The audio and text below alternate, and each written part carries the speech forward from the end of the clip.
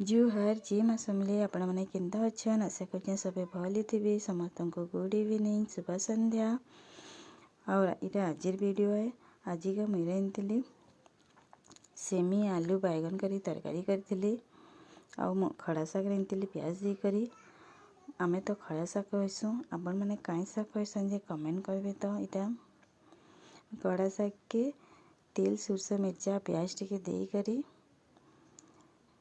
खटी देती और आपण मैंने काना कहसन जे शाग के कहे और कालिका सुदशा व्रत पड़ुचे नुआ माने कि सुदशा व्रत बांधुचन जे कहे भल अच्छी कि केन्ता जे भी कहे तो कालिका आमे काली सुदशा व्रत बांधमु मुई भी बांधमी नुआ नुआ करी बांधमी।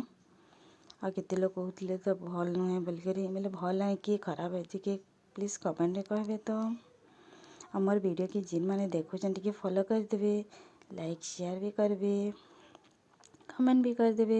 यहाँ बड़ी टमाटर करी और आपण मैंने काकाना लंच रे बनी जी कहे। यहाँ मोर भात बड़ी दाल सेमी आलू तरकारी खड़ा शाग बड़ी टमाटर और चिप्स जुहा रखुचे।